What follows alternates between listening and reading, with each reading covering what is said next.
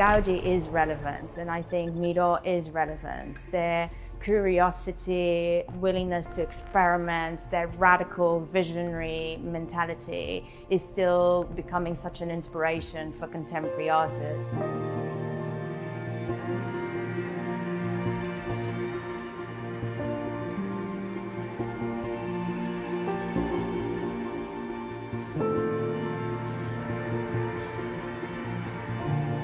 We were starting to plan the first year of exhibitions here on the second floor. So we went to Fundación Miró and we had a conversation with them, and we were just trying what could we do together, what is the impact of Casa Batlló into Miró's work. And they said, well, we have done an exhibition exactly about this, and it was very much about the photographs of Gomis documenting the work of Miró and then in dialogue with the architecture of Gaudi. You could see a direct connection between Gaudi's work and this building in particular into the work of Miró. It's understanding as Miró moved away from painting and he started looking at more 3D, more elements, it was to Gaudi's work that he started to look at and starting to look at his shapes and inspired by nature to create sculptures, bronzes. He also did a series of etchings. But the thing that was most exciting is that I didn't know much about Joaquin Gomis. And then I started looking at the photographs and the importance of the work that he did of documenting Casa Batlló and also Gaudi's work across Barcelona.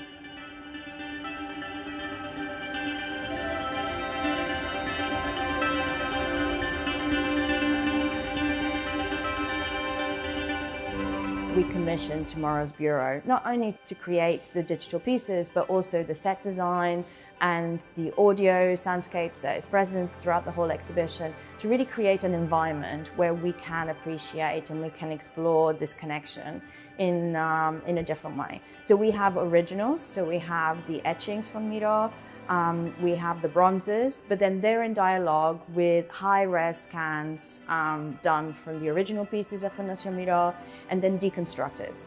And is looking at these objects very much like an archaeologist would, and using the latest techniques that we have these days with technology of just being able to see these objects in a different way. The same thing happens with the photographs, is taking those photographs in this archive that took place mainly in the 40s, and then creating this living database using artificial intelligence to create another digital piece that takes that knowledge and takes it one step further with the techniques that we have in 2026.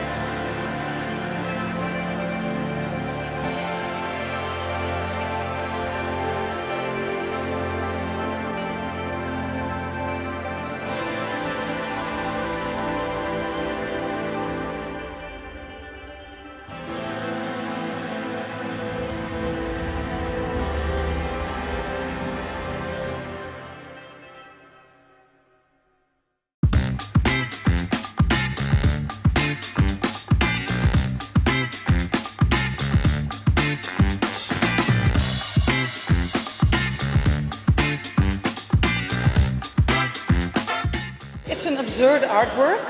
It also questions what art is. It's funny. And it's, well, peanut butter is, I don't know, in the Netherlands, every child eats peanut butter, so it's also something people can relate to. And it always entices questions. What is art? Can art be fun? Can you use the floor as art? So it's in that sense a very important work. And to us as a museum, his work is also very much related to other conceptual artists in the collection.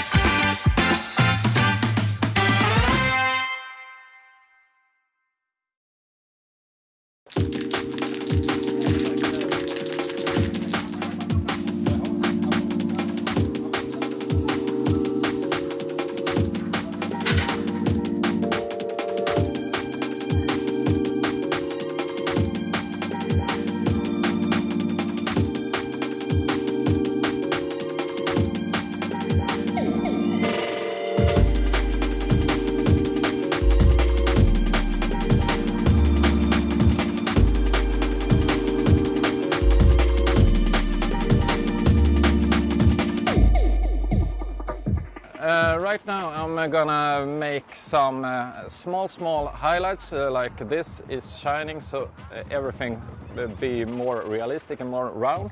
The sun is gonna bounce, so this sharp line here gonna be even more sharp, and the eyelids I'm gonna work a little bit on. They give you a wall or a canvas where you can express yourself, you can do your art and give your culture to others and take culture from others.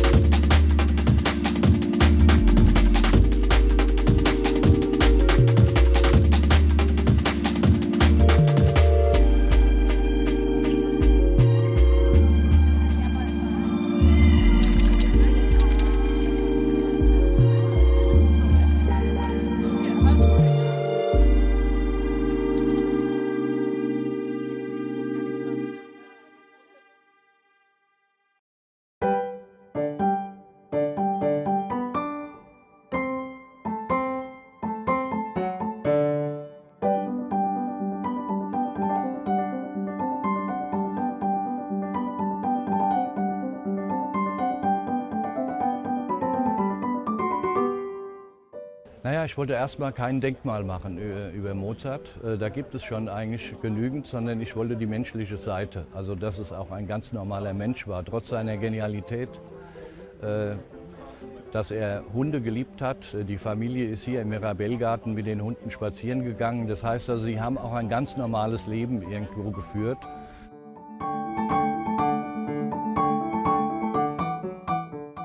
Zwei sind schon gestohlen worden in den letzten Stunden. Nein, es ist tatsächlich so, wir haben es gestern schon beobachtet, ganz zu Beginn. Es tritt unmittelbar wirklich eine Interaktion zwischen den Menschen und diesen kleinen Figuren, auf die im Mirabellgarten sind. Und das ist eigentlich auch das Schöne, weil wir hier bewusst auch einmal eine Publikumsschicht ansprechen wollten, die nicht den Weg in die Museen findet, die auch nicht die Möglichkeit haben, in die Konzerte zu gehen, weil sie vielleicht auch nur einen Tag hier sind.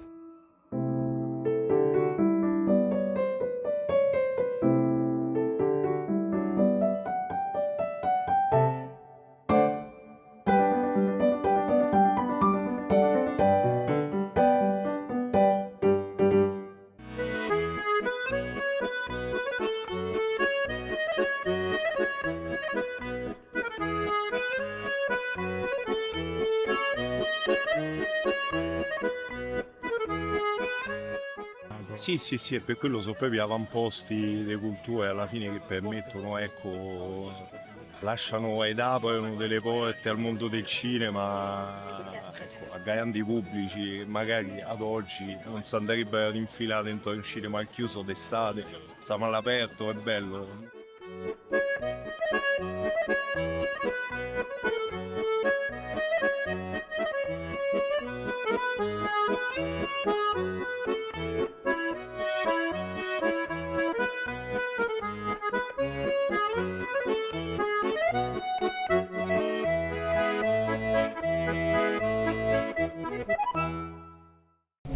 Tell me what you remember. A wife? A son?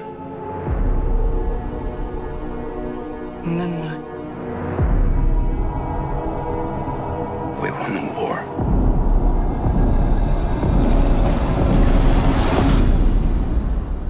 Help me go home.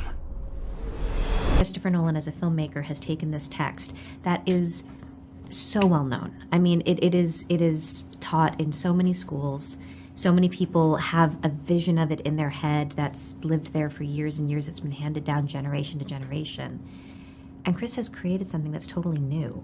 When I saw the film, I realized I didn't actually know the Odyssey, or I thought that I knew the Odyssey, but Chris has created a new way into it. I think that's a remarkable achievement. What would he do if he came back here and find all these suitors in his house? You're pining me for a daddy you didn't even know, like some sniveling bastard. The movie has so much scale. There are times where it feels like you're on this kind of action-adventure roller coaster, but he doesn't sacrifice any of the heart and the intimacy between our characters, between you and Matt, between Matt and I, who are two characters who have never really met before, but throughout the film there's this real sense of connection between the two of us. I need everyone in this party dead. I can still save them. You're a man who needs to control his fate. But you cannot control this. That world is gone. No one could stand between me and home. Not even the gods. Keep us free!